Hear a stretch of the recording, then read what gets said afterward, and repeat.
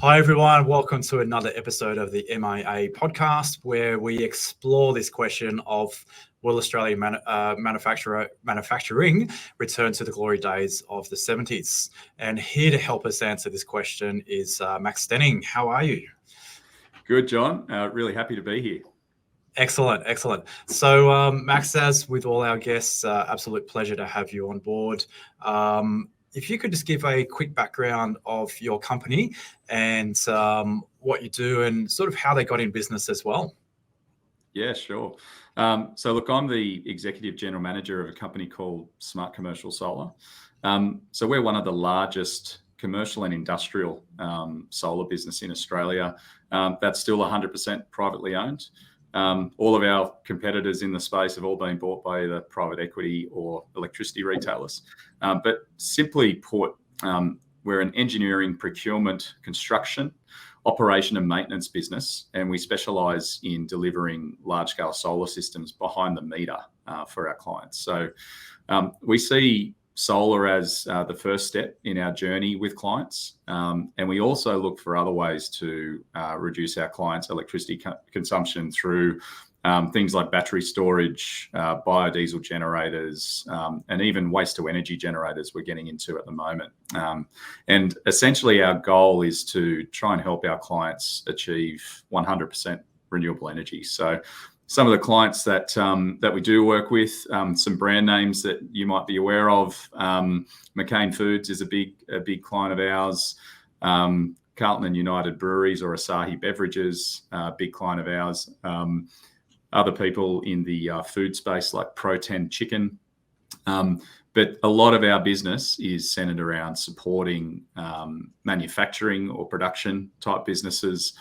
We also work in the retail space, but essentially anyone who has a large energy consumption, that's who we're looking to assist. And that's where we're going to have the greatest impact.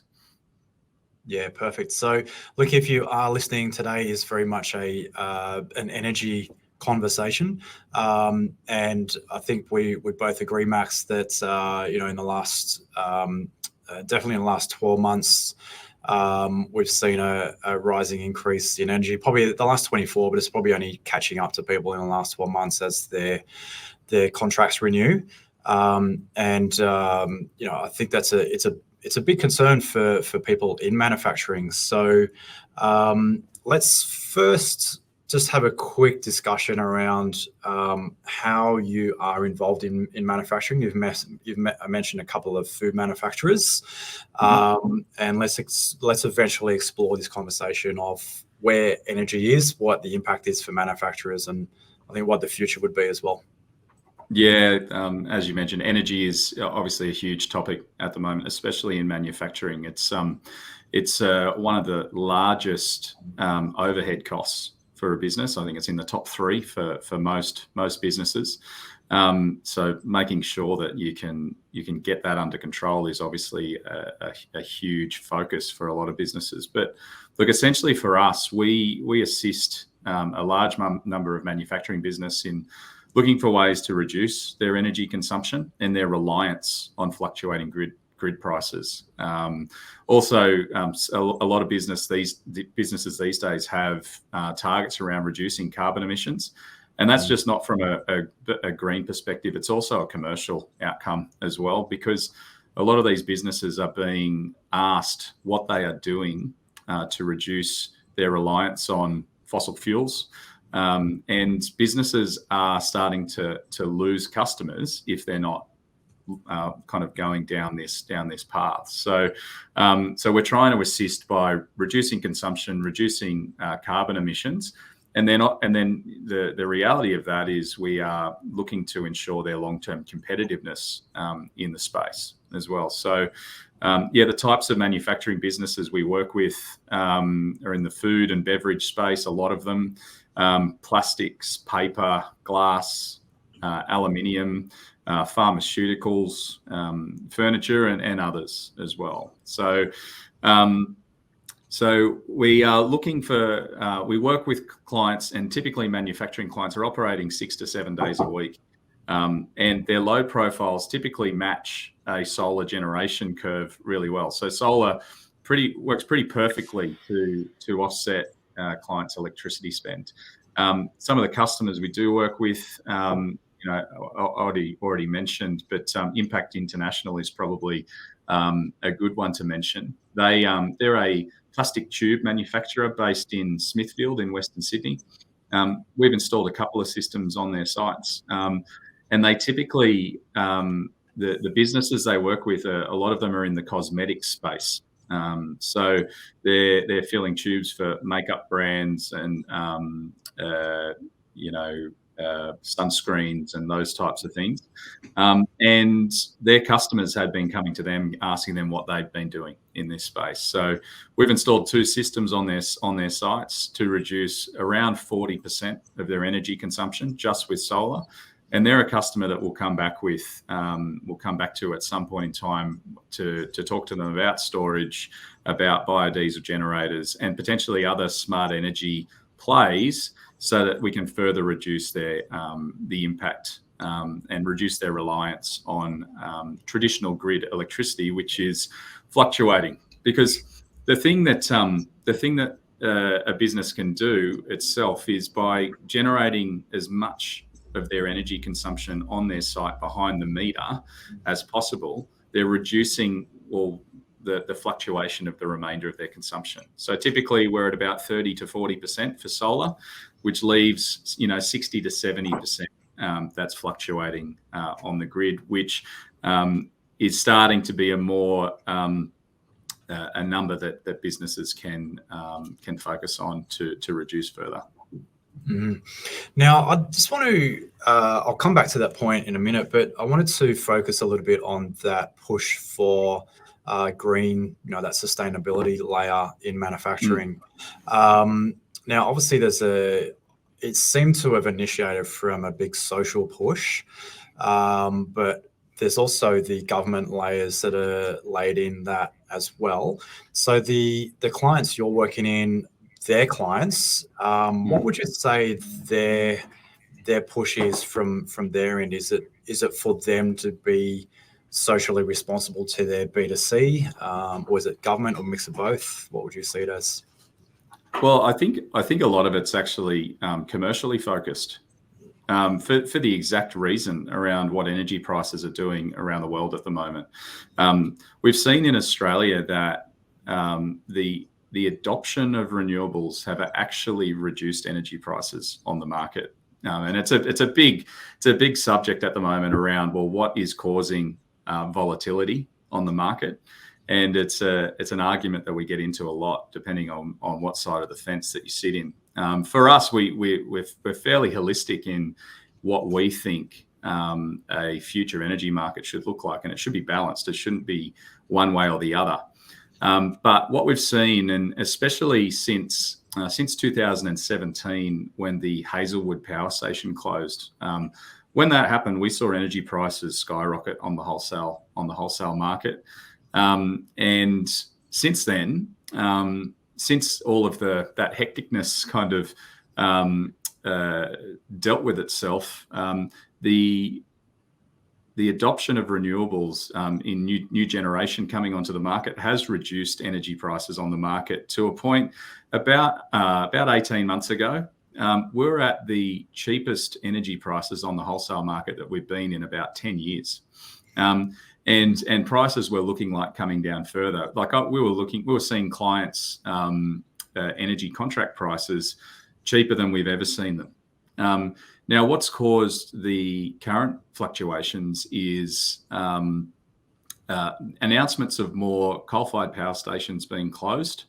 And what that does is, with the reduction in capacity on the national electricity market, there's nervousness that there's not going to be enough generation there to replace that when it does come offline. So that's what's been causing a lot of the volatility on the market, and that's what we've been seeing over the last 12 months in terms of increases in energy prices.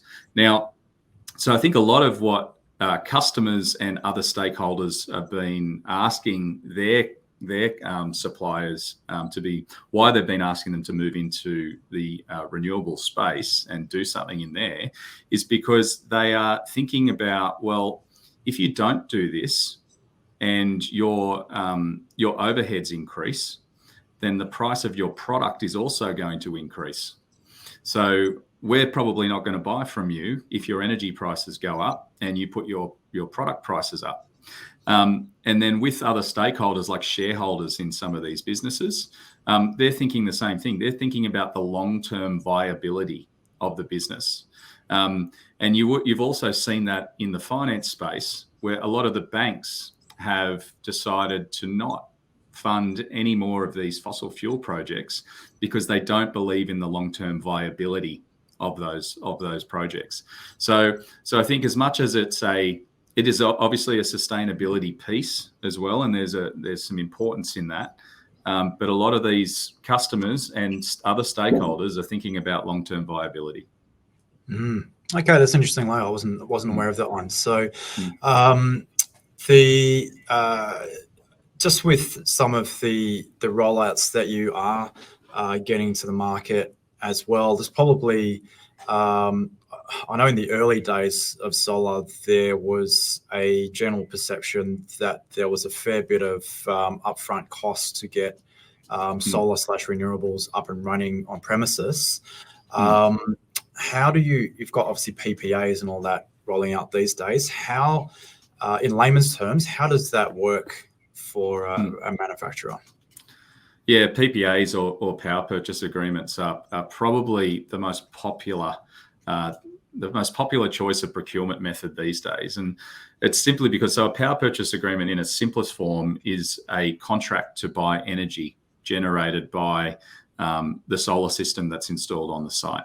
So rather than a business spending their own core capital on a solar system, which typically has a 4 to 6 year break even, where a lot of businesses can probably use that core capital in their core business much more efficiently than a 4 to 6 year break even. You know, they're probably looking at 18-month break evens on a lot of their core business activities. So a business can choose to adopt a solar system via a PPA, which is where we'll come and install the system for free. We fund the build of that system through a number of different investment groups that we use. We build the system, we maintain the system, and simply at the end of each month, like a manufacturing business currently sees their electricity bill, they'll also see an electricity bill from us for the PPA. But the benefit of the PPA is the PPA is going to be between 30 to 50% cheaper than their grid electricity cost. And that's fixed for the term of the PPA as well. So it's not as if the next year we're going to look at it and it's going to go up by 50% or 60%.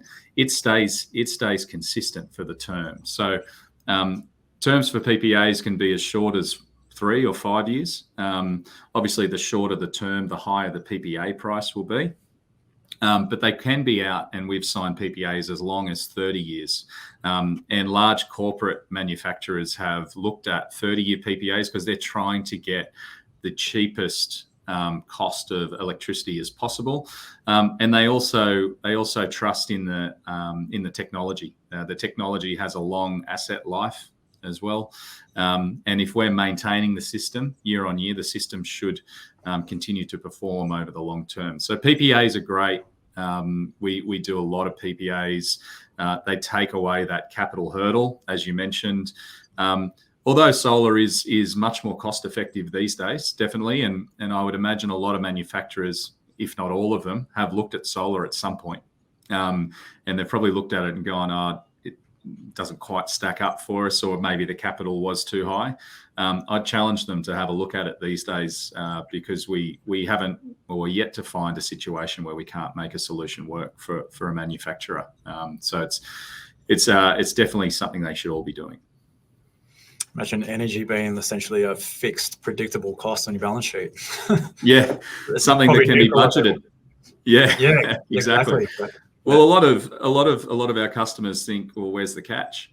Well, no, it's just simply as long as the sun keeps coming up every day, which it has for the last couple billion years or so, the returns for solar are fairly well known, as long as the system is looked after, of which we do. And we're obviously motivated to make sure the system's performing at optimal levels, because that's how we're getting our returns as well. So it's a great way to go forward.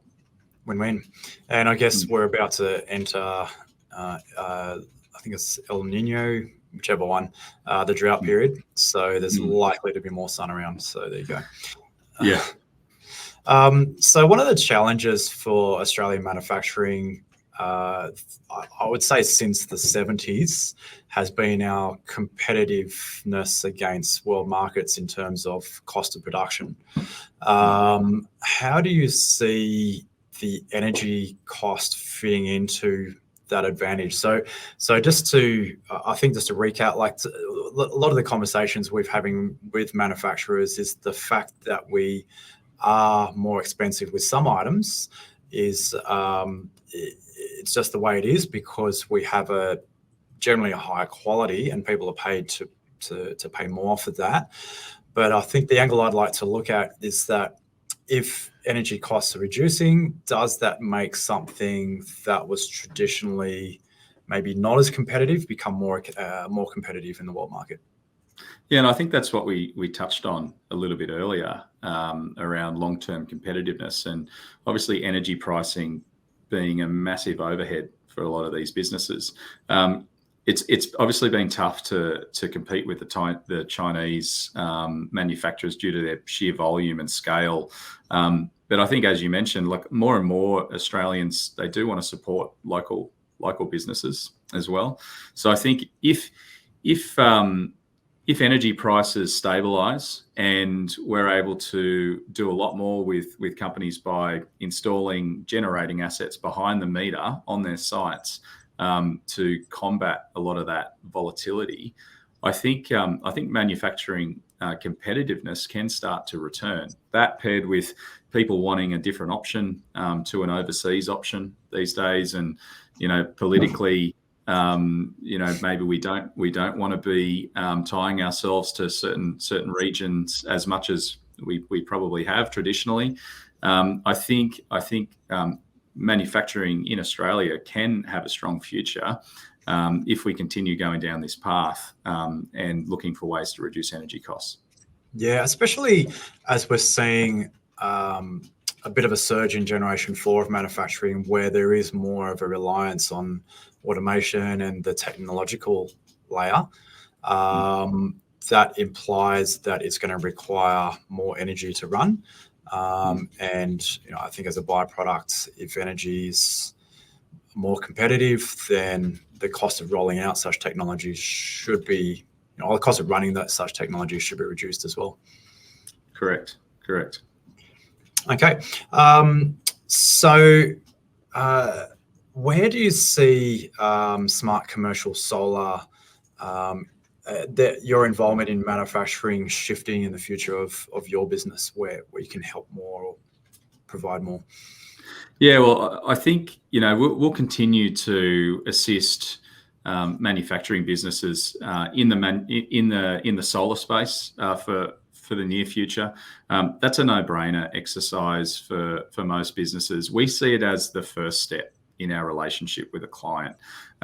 As mentioned, we can typically offset around 20 to 40% of a business's electricity load with solar alone, and our goal in business is to get to 100%. So how we do that is looking at those other generating assets or storage assets like battery storage, like biodiesel generators, like waste to energy generators, where we're trying to create a little bit of a circular economy at customers' sites. The other thing that is still new in the space is hydrogen as well. I just spent a week in Japan with Panasonic, and Panasonic have a hydrogen fuel cell manufacturing plant in Kyoto. And their site, they're part of the RE100 initiative, meaning that they're they're looking to offset 100% of their electricity consumption with renewables by a certain date. Most of the people that are in, or the businesses that are in this RE100, it's either by 2025 or 2030. And the reason we went to that site was because they have a working model, essentially, of that manufacturing site running on solar, battery, and hydrogen.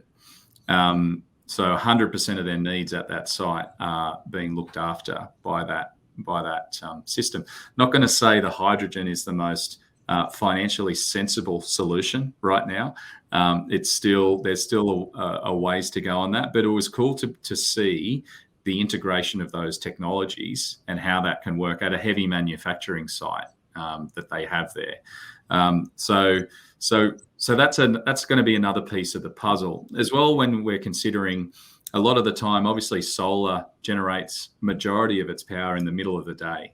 Now, a lot of our customers don't necessarily match that load profile. They might have an early morning and late afternoon bias load profile. So what do we do with excess solar that's produced during the daytime? And I'm talking not just at a customer side, I'm talking generally on the market.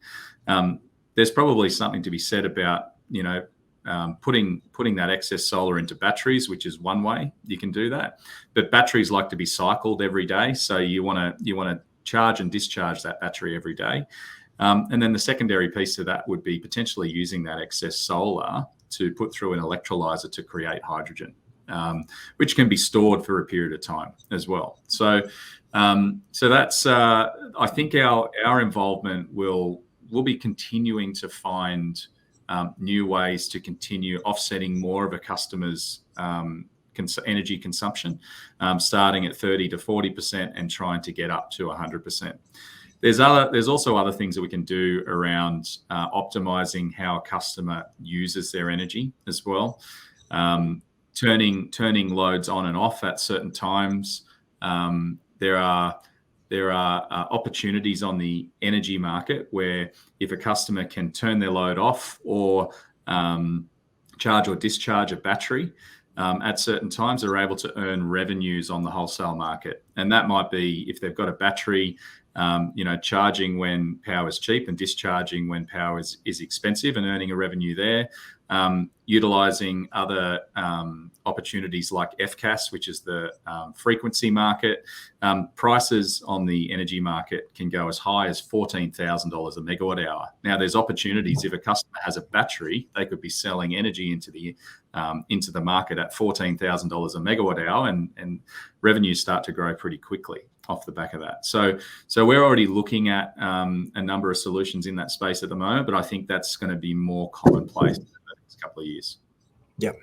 So just that conversation around hydrogen, how soon would you see that as being like a viable option to roll out in Australia? Yeah, it's a hard one to say. Based on what I can see now, and also looking at the comparison with battery storage as well around how prices have moved with battery storage, I'd probably say we're still five or so years away from having something that's semi-commercially viable. The problem is that the way to produce hydrogen, putting it through an electrolyzer and then through a fuel cell to produce electricity, there's a lot of steps involved there. So the efficiency is not that great. However, my perspective is that, using essentially wasted energy from excess renewables should be used for something. And I feel like creating hydrogen is a great step, rather than what we're seeing on the energy market a lot at the moment is where we have a lot of excess solar or potential for excess solar, the networks are curtailing that generation down to the load profile on a customer's site, because obviously we can't have more generation out on the market than we do have demand. So essentially that's being wasted at the moment, and I feel it should be used to generate another form of electricity somewhere. Yeah, perfect. And just on that note, your business would work with manufacturers to help, I guess, look at where they are, where their profile is right now, and the best strategy to to roll out for their business, and like you mentioned before, to actually earn money, additional revenue from that as well. Yeah. We roadmap all of this out for clients, and as I said, solar being that first step, storage being the second step, other generation sources being the third step. And then if we can't do anything more on site, then there's probably potential to purchase the rest of their electricity from a renewable energy asset like a solar farm or a wind farm or something like that at a low cost. So they're the kind of steps that we've got. And we do step that out very clearly with clients from the beginning. And solar just being that no-brainer is the easy one to tick over first. Yep. So if you are listening and this is all a bit new, or it's you're not an expert in it, by all means, reach out to Smart Commercial Solar and book in a consult of some sort as well. So the conversation around your business exporting overseas, you mentioned Japan. What are other traditionally strong manufacturing countries doing about their energy, and where do you see Smart Commercial Solar tapping into that as well? Yeah, well, so we're doing a little bit of business at the moment in looking in Southeast Asia, in the Pacific Islands at the moment for other reasons, and New Zealand is an emerging market in the renewable space as well. But obviously, you see a lot of the European countries. They were the early adopters of renewable energy. Germany, They've got whole towns that are completely self-reliant. Correct.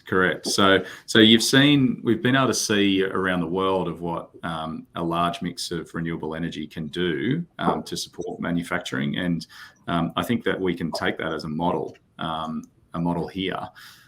In Australia, we have a very high penetration of residential solar, and it's starting to move into the commercial space at the moment, but we still have a lot more that we can do. So we haven't really scratched the surface on that yet.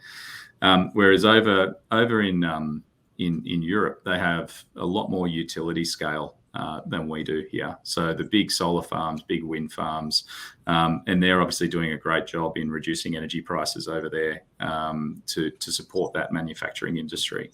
So we're looking at those other markets for the pure reason that energy prices, especially in the Pacific Islands, are quite high, and we're looking at remote towns there that run on diesel generators at a cost that's about 3 or 4 times the cost of what energy is in Australia. So it's a no-brainer, obviously, to be looking at solar and other solutions. So solar and batteries over there already make sense at those energy prices. New Zealand energy prices have increased recently.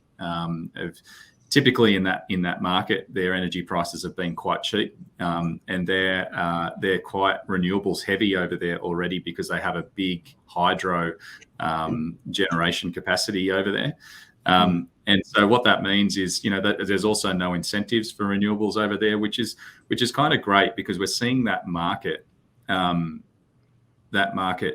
needing support in terms of more renewables to go into the space, even with no incentives, and it still stacks up on its own, which is great, because what incentives have done in Australia over the years, if they've caused a little bit of a boom and bust cycle, and especially over the 14 years that I've been in solar, I've seen a number of rebate changes over the years, and what that does is it really causes these peaks and troughs in the space.